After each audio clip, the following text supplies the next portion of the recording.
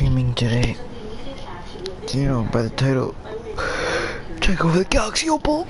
Dan Issel in my team. By the title.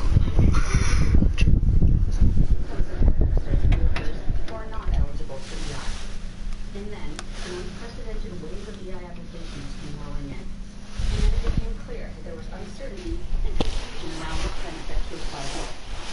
A similar law. At that point, it became obvious that we have to simplify the existing benefits by merging them into a single temporary emergency benefit for everyone.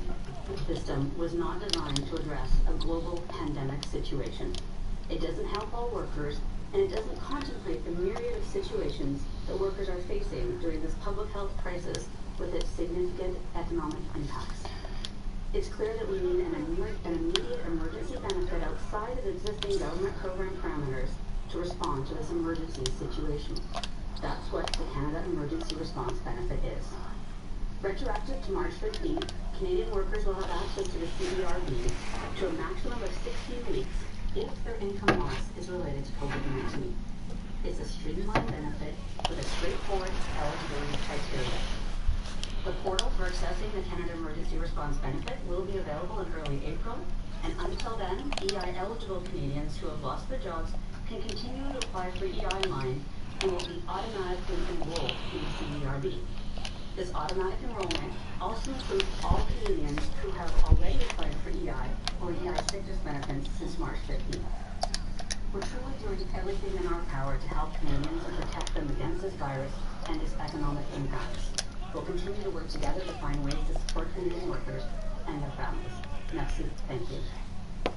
Okay, thank you very much, Carla. And now I give the floor to the President of the Treasury Board and the Vice Chair of the Cabinet Committee on COVID-19. Shani?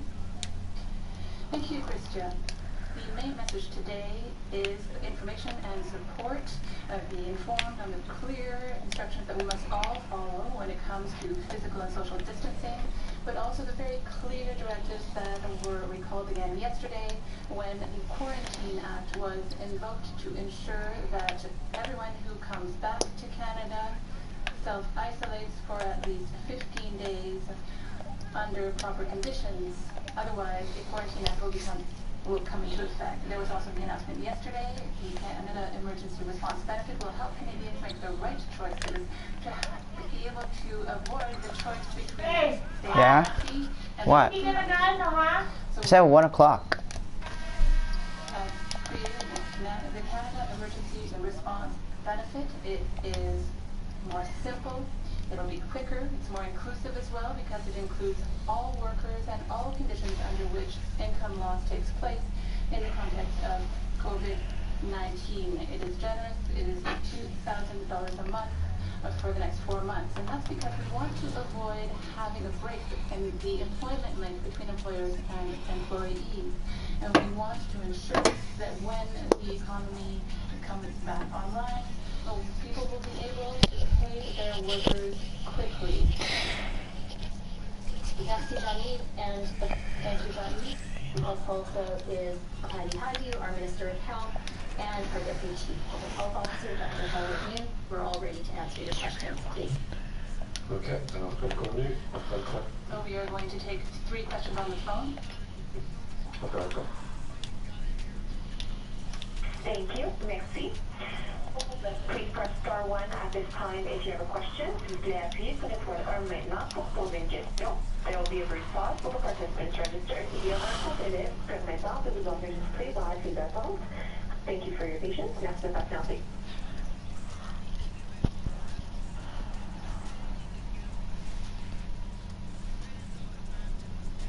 Our first question, the première question, is from Mia Raskin of the Canadian Press.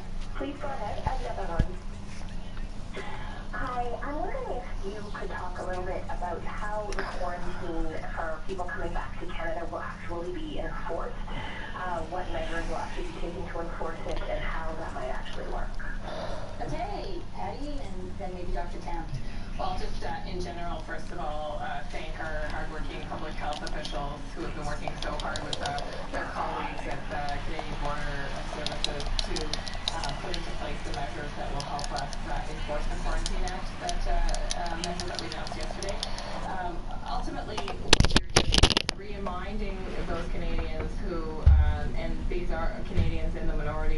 way who are not taking the need to self-isolate seriously when they return from international travel. And I will turn it to Dr. Tam to talk about the work she's been doing with the provinces and territories on enforcement. So I'm just going to sort of take people back a little bit in imagining what happens when you enter the international border of Canada. So of course any symptomatic people will be immediately given an order to isolate. And if they have mild symptoms and they can actually go in a private vehicle and get home, we coordinate with local public health to make sure they are isolating. These are the ill people. If they can't get home, of course, we're putting them in a federal quarantine place. And of course, we'll also take into account a risk assessment as well. So if you're living with someone who happens to be older or with underlying medical conditions, that will be taken into account so that we can house people separately from their family. So these are the asymptomatic people. We have contact forms on them, we follow them, we make sure that we have a seamless process with local health authorities. For asymptomatic travelers, as they are now, they can move on as fast as possible to their home, essentially the place of residence in Canada. They are given the order, which specifies the kind of consequences or the penalties that you may encounter if you did not follow the order. They are allowed to go home, they're asymptomatic, and they're asked to self-isolate at home. For these people, we're doing random checks because there are many, many travelers coming across the border. And we will, of course, evaluate this method as we're going along, but that is felt to be the most reasonable approach. We'll also work with local public health. They have orders in place as well for self-isolation. So this is a coordinated effort. So if for whatever reason someone is not complying, we can then collaborate with local health authorities in the follow-up process. Follow-up? Yeah, and just to follow up on that, do you have any numbers on the number of Canadians who are in sort of, I don't want to call it the forced quarantine, but in the federal quarantine places? How many Canadians are actually being held in those places? And I guess, I think there's also some confusion nationally about what individuals can do to try and help. People are talking about so-called snitch lines, email, calling police. What do you recommend to individuals if they know of somebody who's not following the order? In terms of the numbers of people in our facility at the federal level, these are very dynamic numbers. They're very few, basically, at this point. For example, we do have someone who is sick in the Vancouver facility. We had just an example of a couple that went across the land border at the sort of Quebec land border, where they were not ill, but they were living with someone who is immunocompromised. So we would house them as well. We had a truck driver, for example, who is sick. So then that person is then immediately put into isolation. So these are the people who obviously maintain our essential services, but if they're sick, we're also making sure that they do not impact the health of Canadians. But they are right now a very, very few people, and some of these might already be, once we are sure they can safely move on to their homes, for example, with local public health, they will then depart. And so it's a very dynamic number. And your second question. Everyone needs to go to the washroom. Overall, I have to say that Canadians are very collaborative. This Quarantine Act is to layer on an additional message about the seriousness of self-isolation for people who have come back from overseas. So that is the purpose. Of course, if there are potential violations, we're working with local public health. And some of the easiest contacts, of course, people can have is with local public health authorities. But we work very closely with them to investigate anyone who may be violating the order. With those random checks, of course, we will also, from our end, potentially check on people who might also not be following the order. But you know, as the ministers said, we are of course rapidly implementing all this. We will adjust and change our strategy as needed, but it's really a collaborative response with local levels. Thank you, Dr. Tam. Opérateur, une question en français. Operator, a French question on the telephone? Yes. The next question is from Hélène Buzetti from Le Devoir. Yes. Hello. I would like to follow up on those random checks. How will they be conducted? Will they be done over the phone or in person? And how, or if it's by a phone, will it be possible to check whether people are lying or not? Okay. So, what is it, Doctor? It's Dr. New answering the question. We are going to get the necessary information about... Sorry, stream. Had to take a massive dookie. And then we will work closely with local health officials. There's a range of options. Someone might go to the person's home, but there are other options as well that we're examining because the context is different depending on the province or territory. What is needed for I'm not sure. I just want to know, for people who are coming back to Canada, they don't necessarily live in the same city where their plane has landed. I think there were talks about organizing transportations for those people who don't actually have their cars, their own personal cars at the airport. Have you sorted that out? And how is it going to work, and where can people call to get that service? Thank you for the question. The transportation is for symptomatic passengers so that they are not in contact with other Canadians on public transit that would obviously be at risk because of their potential infection with COVID-19. As the doctor has illustrated, asymptomatic passengers are given public health advice, including the order to quarantine when they get to their final destination, along with a mask, and told to don the mask should they become ill at any point of their onward travel. But if they don't arrive in their own city, how do they do that?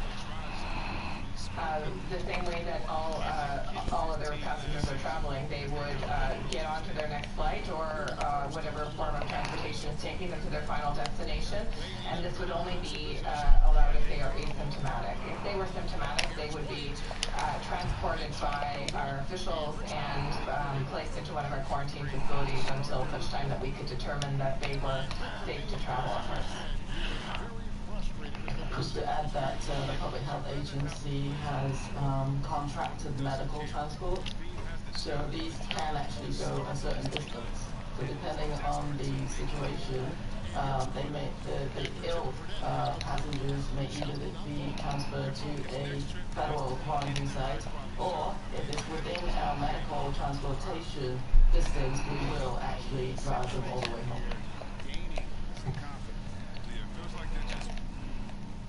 Merci. Next question on the phone, please. The next question is from Alex Bowenhall from the Toronto Star. Please go ahead, as your caller. Hi, thanks for taking my question. I think this one might be for the Deputy Prime Minister. Can you tell us anything more about the discussions with the Americans? There was this news report that they're contemplating putting troops at the border. Just what exactly they're thinking about doing, and then what our response is to that? Thank you for your question, Alex. And the Prime Minister did address that in his daily press event this morning. I think for details of what the Americans are considering, the people to ask are the Americans.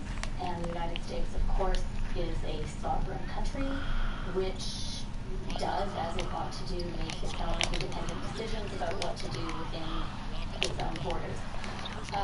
Having said that, let me share with Canadians what Canadian politicians, ministers, have been expressing very forcefully what our diplomats, including our newly appointed Ambassador Hillman, have been saying about this proposal. And that is that Canadians and Americans are rightly proud to share the world's longest unmilitarized border. This is an important example of how our countries very effectively work together.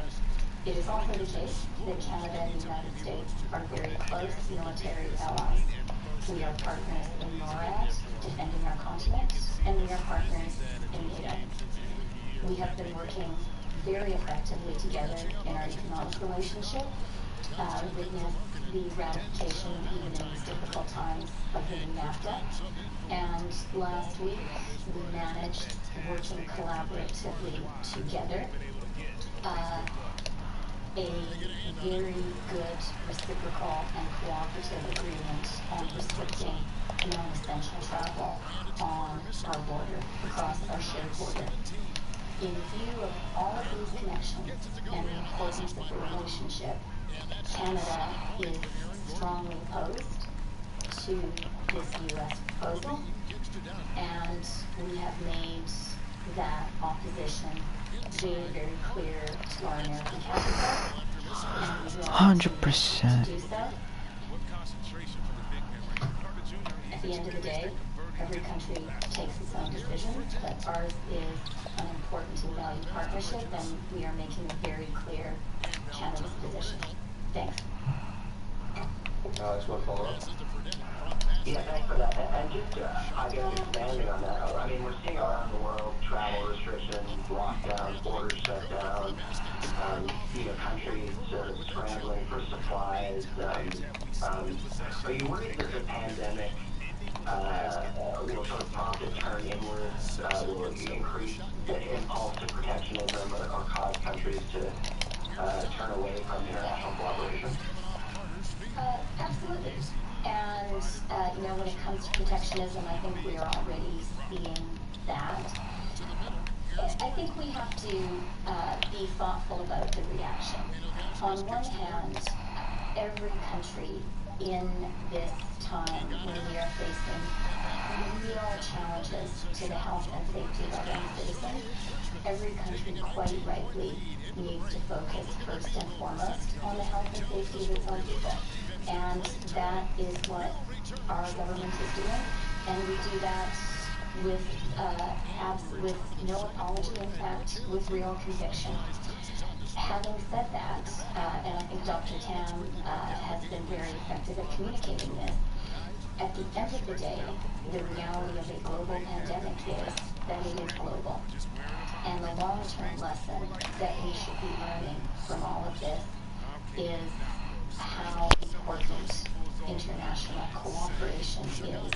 Now, the lesson that we are being taught is that none of us in the world can be safe and healthy unless we are working hard to be sure that everyone in the world is safe and healthy. And that's why international cooperation is really important. Canada has been a country that from the inception of the rules-based international order has been a leader in that order. I think that we are going to reflect on this global pandemic as yet another lesson for all of us that we do need that international rules-based order. And that is Canada's position and will continue to be our position. The Prime Minister today participated in a call of G20 leaders, and that's an example of his leadership in the international response. Thank you. Thank you, Minister. We'll turn to the room for 3 questions. Reflecting global. Thank you. Mr. Ivey, the PM said millions of pieces of PPE is coming into Canada. Where's it all coming from? Well, thank you for the question, and I'll turn to Dr. Tam for some detailed level discussion about that. I know the Deputy Prime Minister is working on the procurement file as well. Some of it is coming from China. Some of it is coming from other sources. We have domestic sources that we're trying to procure from as well. And I think to the Deputy Prime Minister's last comment, I reflect on the fact that this is a global pandemic, and one of the other things that I think this pandemic is teaching all countries is the fragility of our supply chain system. And how when we rely on one country or another for a particular source of goods, and that is the only country that can provide those goods, or in that volume, that it puts our capacity to respond in an emergency situation somewhat at a disadvantage. And so I know that the work that Minister Baines is doing with Minister Anand and I is critically important to meet what we may anticipate as a surge. But I am extremely proud of the collaborative efforts that are happening across government and with PHAC and with provinces and territories, quite frankly, to ensure that we can procure what we need. We're making progress on that file.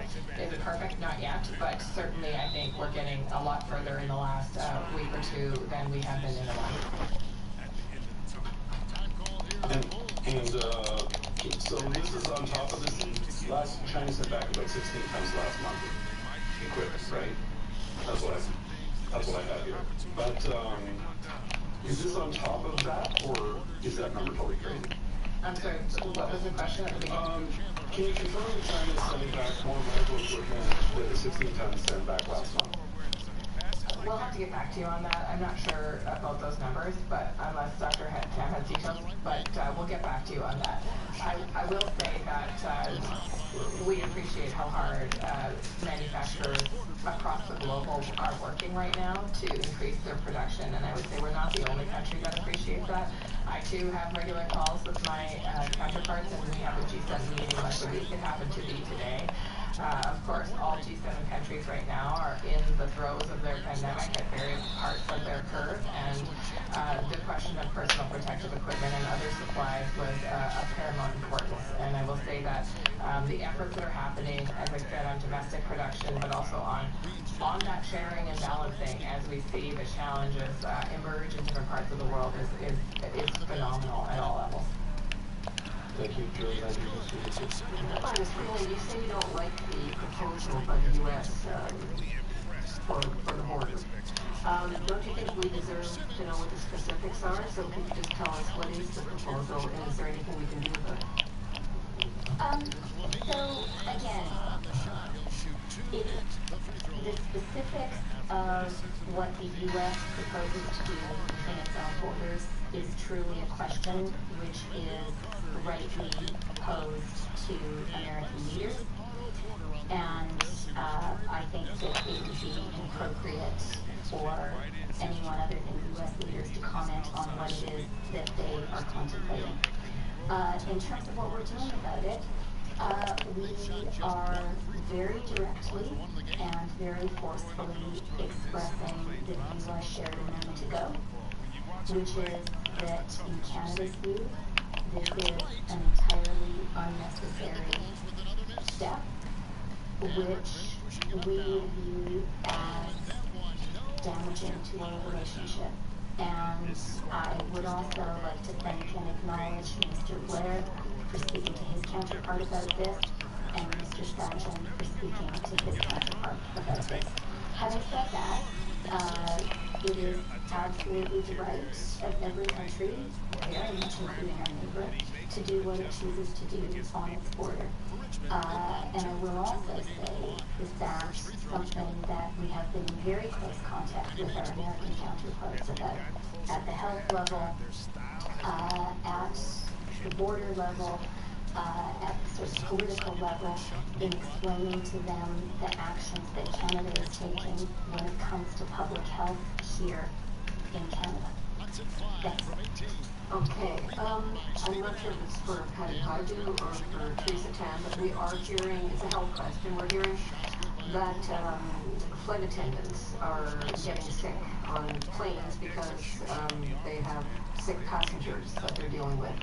Is there anything being done to stop this? I'll start and then turn to Dr. Tam. We've worked with various industry sector partners to provide technical guidance for employees in that particular sector that can help them prevent acquiring COVID-19. We know that there are a variety of frontline workers, including retail workers, who are experiencing a higher degree of contact with individuals and not able to socially distance in the same way because their services would be considered essential. And so we continue to work with directors to refine that guidance. Bradley with the 5 assists, that's why. Their work, and I will turn to Dr. Tam for any further comments. Yes, so we do provide advice or guidance to different sectors and have been engaging with airlines on an ongoing basis.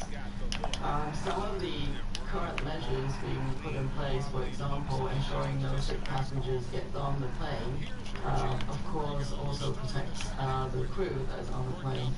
There are protocols on what to do with the sick passengers and ensuring that people have the right equipment in order to, for example, put a mask when someone on someone who's sick. That's the key piece, and trying to separate them. Increasing environmental cleaning and procedures like that, providing advice to ensure that the aircraft is cleaned and safe as well.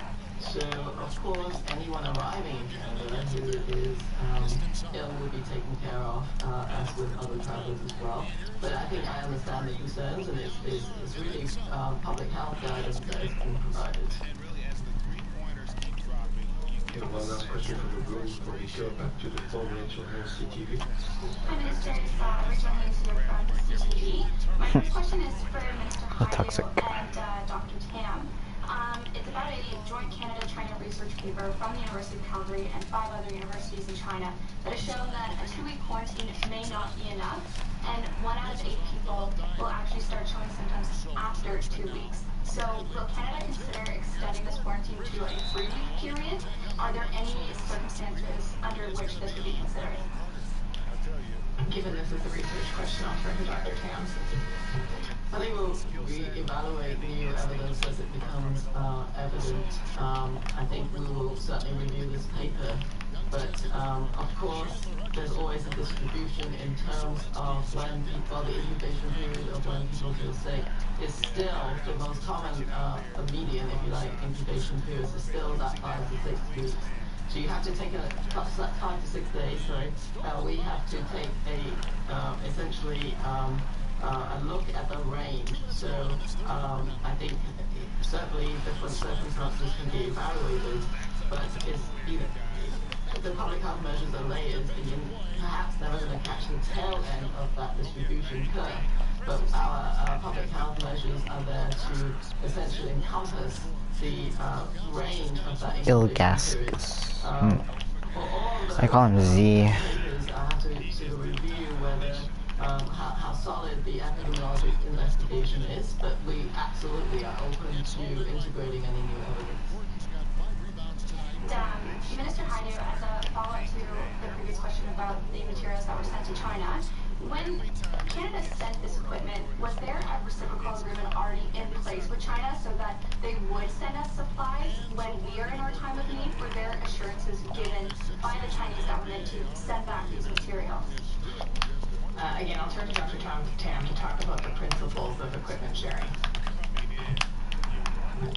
So, I think at the beginning of the outbreak, of course, we are now in a very different moment in time in the pandemic, but I think the WHO called for global support to... I think it's a very important public health principle, which is containment at source is the most important thing one must do at the beginning of any outbreak, because by helping the initial epicenter, you're going to help the world. You're going to help Canada as well. So I think it's a reciprocal concept of, yes, helping China, but really in the end it's preventing further spread, and that will also affect Canada and the rest of the world. So that's really the concept, and I think that the global public health collaboration is extremely important. Still soft-ish. Circumstances. But if you want someone to contain that source, whether it's West Africa for Ebola outbreak, or essentially Wuhan for the outbreak that initially impacted China first, that concept is critical. Thank you, operator. We'll turn to the phone for 3 more questions. Yes, thank you. The next question, question. United, Canadian Press. Oui, bonjour, madame. Yes, good morning. Or hello. Ms. Freeland, I'd like to come back to the issue of the border and the Americans' intentions. If you can't tell us exactly what those intentions are, I'd like to ask, well, do you really take this last idea by Donald Trump seriously? And what effect could that have on the transportation of goods? What? And what impact would it have on the supply chain?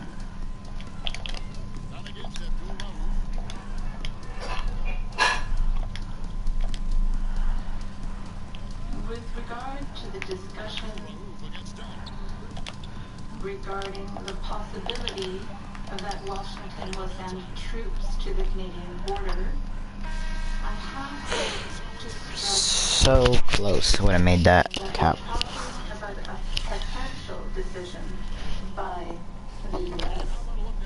and it is completely inappropriate for another country to talk about the internal conversations taking place in another country regarding the decision hasn't been made yet. With regard to know precisely what the Americans are discussing in Washington, well, there we have to speak directly to the Americans in Washington. I want to be very clear here, because it is important for Canadians to know that our government's position, the position that has already been expressed directly to our American neighbors, is that the proposal or the idea to have American troops sent to our border is unnecessary, and the public health situation does not require such action, and on the Canadian side, we do not think that it would be appropriate, given the very cordial relationship that our two countries have and the military alliance that exists between our two countries. With regard to the possible effects on international trade between our two countries, I would like to say that the decision has not yet been made, but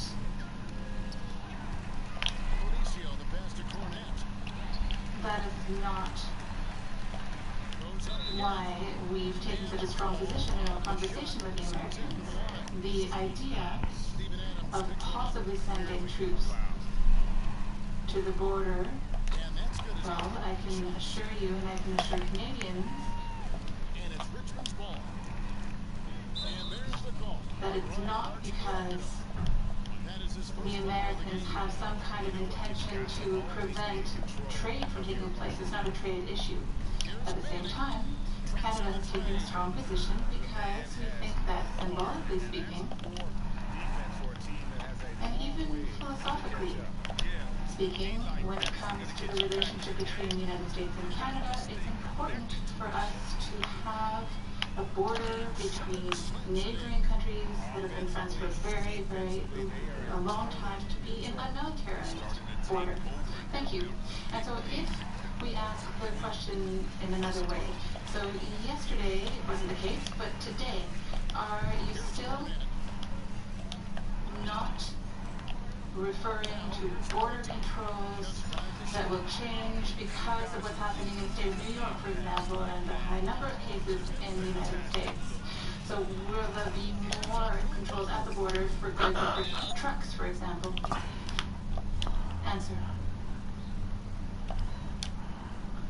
Well, we've already taken a decision, and it was announced by our Minister of Health. We have already made strong decisions to control the border, including the border with the United States. We have set up restrictions on non-essential travel. I think that all Canadians understand that international trade between the United States and Canada is absolutely essential. It's essential for our economy, and it's essential for our lives. The trucks that come over the border are trucks that bring food. They bring medication. So preserving trade between the United States and Canada is very important, and that's what we've done. At the same time, we now have restrictions, and Dr. Tam was talking a few minutes ago about a truck driver who became symptomatic, and public health took measures to help him. So now we have the necessary restrictions, but from hour to hour we are examining the situation, and we will always be ready to take all of the necessary measures to protect Canadians' health and their lives. Thank you. Please, operator. Yes, the next question is from Paul Vieira from Wall Street Journal. Please go ahead. Good afternoon. Can you hear me? We sure can. Okay, thank you. The Deputy Prime Minister, can you tell us when U.S. officials came forward to tell you about this idea regarding troops near the border, please? We first learned about the possibility a couple of days ago. A couple of days ago, okay. Yeah, have you spoken to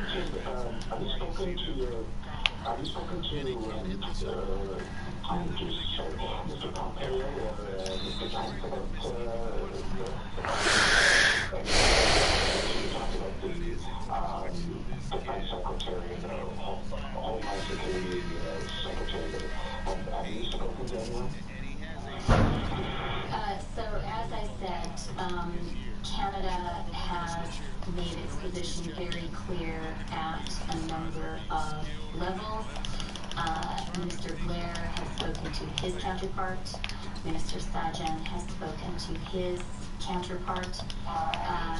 Ambassador Hillman has had conversations at the State Department. We have had conversations with the White House, and I have had conversations directly with Americans about this, with American leaders about this. I have not yet spoken to Secretary Pompeo or Vice President Pence. Thank you. Next question on the phone before we turn back to the room.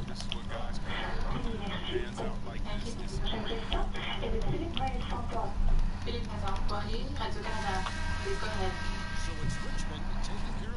Yes, hello, it's Philippe Mazar-Poirier. I have a question. I'd like to come back to the issue of troops. You said that it could be damaging to the relationship between Canada and the United States. What did you mean? How do you see that developing in the future? I think that I have already explained Canada's position. Our relationship with the United States is very important to Canada.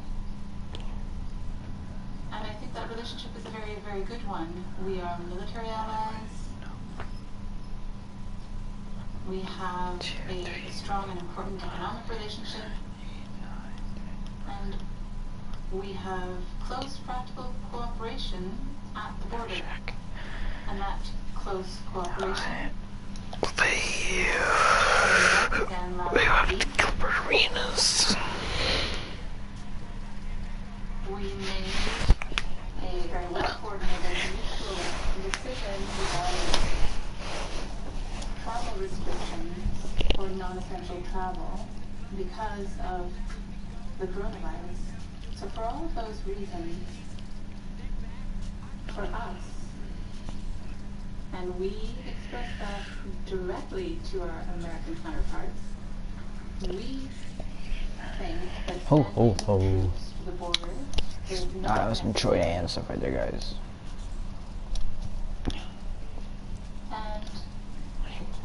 and that it would be a problem for our bilateral relationship. One token. Follow up? Nice. Question. Yes. I would like to clarify something.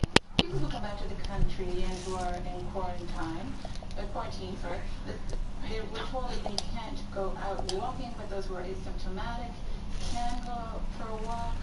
So could you just please carry us through step by step in French? What happens with somebody who comes into the country, was traveled abroad, and then needs to get home to Timmins, let's say? So what happens with this mandatory quarantine after someone gets into the country? Yes, hello, this is Dr. New. As Dr. Tam said in English, I will try in French to explain. So, for all travelers who come to the Canadian border, we have to separate out the travelers who are symptomatic and who are asymptomatic. So, for travelers who are sick at the border, with the Quarantine Act, there has to be an assessment, and if someone needs immediate medical care, we will conduct follow-up involving sending the person to a hospital in the context of COVID-19.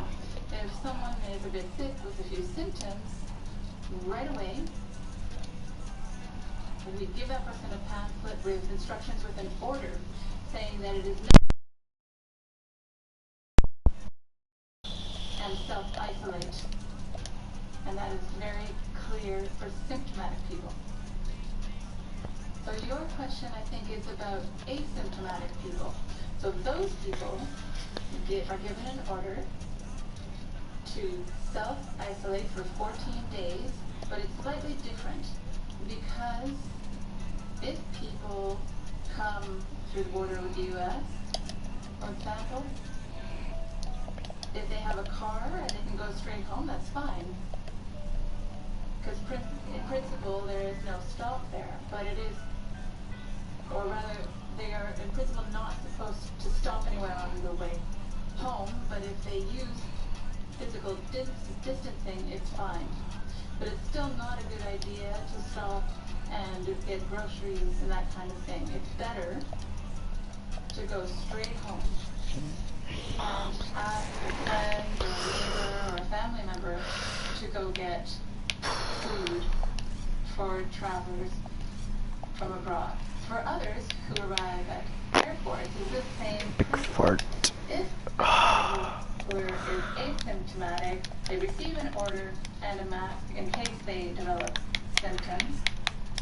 And it's important for that person to take the next flight, connecting flight, to get to the next airport and get transportation to get straight home. With regard to exercise, well, we see that for people who are arriving in Canada from abroad, their exposure to the virus abroad, that risk is different than for Canadians here inside of Canada. So it's a special situation. No. Can y'all hear me? Dr. Fauci. So yes, we know that everybody needs fresh air, but in principle, maybe just walking around the backyard is okay, but not really. Those people should not really be in contact with the general population. Is that enough clarification? We'll take 2 questions from the room, and then we'll go back to the phone for 2 more questions, and that's it. Councillor Johnson Rogers. Huh? Minister Haidu or maybe Dr. Tam. We're hearing from the companies that make ventilators that it would be much easier for them if there was a more streamlined process to deal with requests for orders, distribution, or perhaps even managed distribution. Is there a consideration to have a single entity, maybe FAC, take over this rather than having companies field 15 or 16 orders from various provinces or various regions and not know where to send them? Thank you. That's exactly what is happening. we are coordinating by and large with the provinces and territories to mass procure all of the items that we need. There are still some provinces that are putting in individual orders, but we have encouraged them to work with us in this procurement process to help streamline and facilitate those orders, and also to be able to put in the bulk orders that will receive hopefully more attention in competitive space with other other orders from other countries. That work continues though, and as I said, Minister Anand is helping Public Health Agency of Canada and Health Canada to make sure that we streamline as much as possible, not just the quantity that we need, but also the specifications that are being required. Okay. And then my second question, I believe, will be for Minister Qualtrough, but it may be Minister Duclos, so correct me if I'm wrong. I'm wondering what is the portal company that the Canadian government is using to actually administer the program? It's not the same company that did Phoenix, I'm assuming. I thank you for your question. The portal will be administered through the Canada Revenue Agency. We've done a deep dive on our systems within the Government of Canada, and Canadians are confident in and know that the CRA can deliver. All of your taxes are paid through CRA, payments are made through CRA, Canada Child Benefit, GST credit, your tax refunds. That's all through the CRA. They have a massive capacity to administer bulk applications very streamlined and confidently, and that's the security we were looking for, and that's why we delivered through CRA. Thank you. No questions from Julie Landers and CBC? So Ms. Freeland, just so I can understand this, they want to put troops along the border to stop COVID from going into the States. Is that it? Is that why they want to do it? That's not my full question, but I'm assuming that's it. So you can tell me if that's not it, but anyway, I'm assuming that's it. So wouldn't it be incumbent upon you to step up screening of the people they're sending over, truckers or otherwise, especially coming from a country where the virus is spreading so quickly? So, Jimmy, in terms of the ideas that are currently being discussed within the U.S. administration, our understanding is that a decision has not yet been acted upon or fully taken. Having said that, decisions are being taken at speed by governments around the world, and including ours, and so it truly is both difficult and inappropriate for me to specify what is being discussed inside another government. And I can say, from our own experience, everyone right now in the whole world is operating on the principle of speed over perfection, and these things are being done fast. They're being discussed quickly. It also means ideas change a lot. And so that's why I really understand the desire of reporters and of Canadians to know, precisely what is being discussed.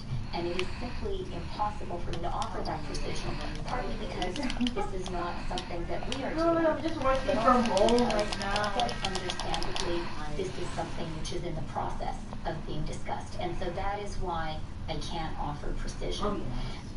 Directionally, though, as I understand it, the notion is around a need which all countries, I think, today are seeing, and including Canada, which is to have greater control at our borders at a time when there is a global pandemic.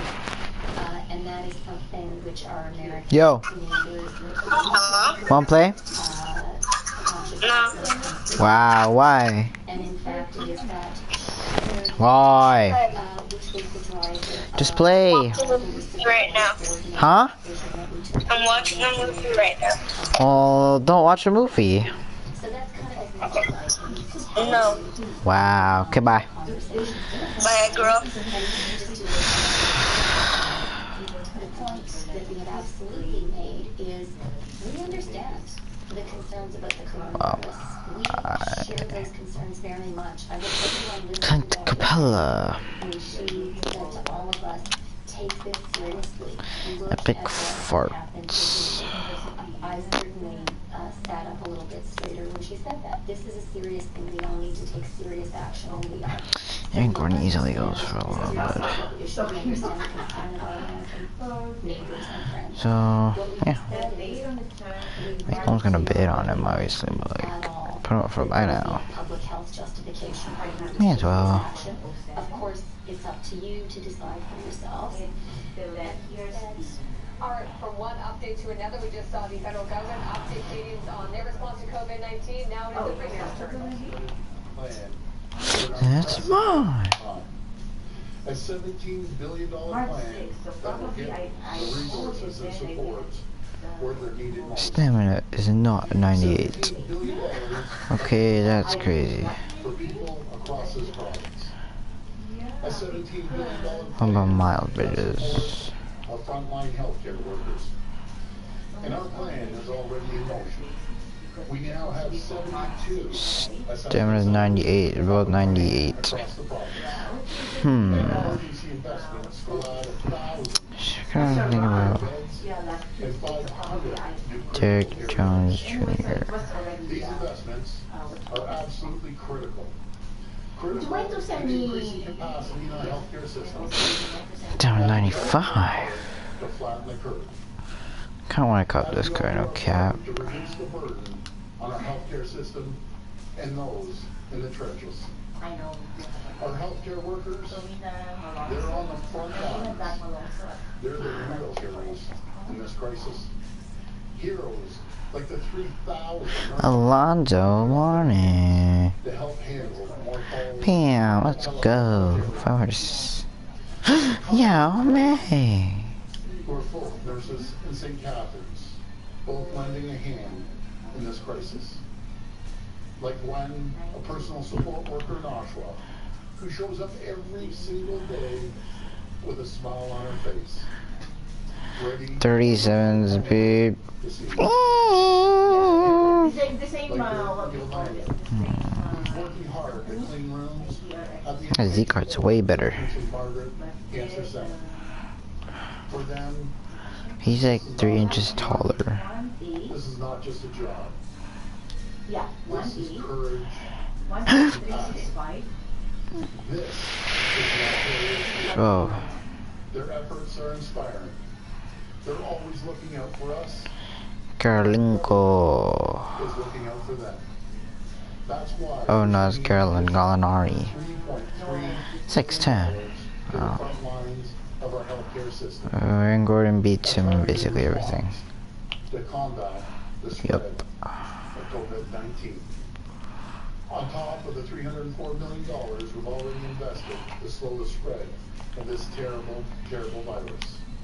Because during these difficult days, we can spare no expense, and I mean no expense.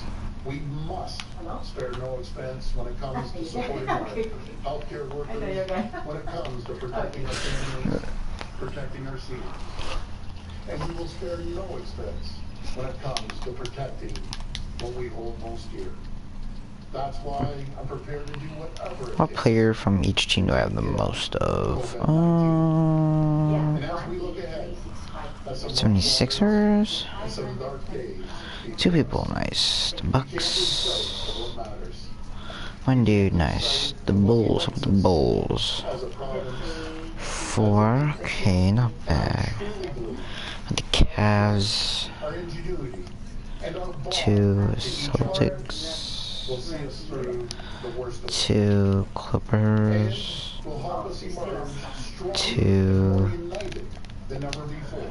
no Grizzlies players, It will help us emerge ready to Hawks, rebuild what we've lost.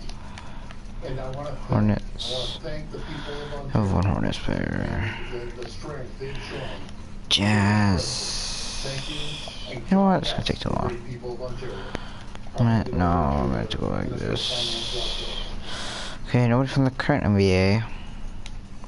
Thank you very much, Premier. Before I begin, I would like to recognize again the amazing work of our healthcare My God. across the province. Doctors and nurses, first responders, long-term care workers, pharmacists, the cleaners in our hospital, the people who are on the front lines. Thank you for that work, and I extend my Mark Alfo. deep gratitude for that. Yesterday, I tabled Ontario's action plan responding to COVID-19 in the legislature. Ontario's action plan is our first step in our government's response to the pandemic that we're now confronting. Although we don't yet know the full impacts of COVID-19 and what they will be, we've committed to ensure the necessary resources are in place to respond to this global emergency.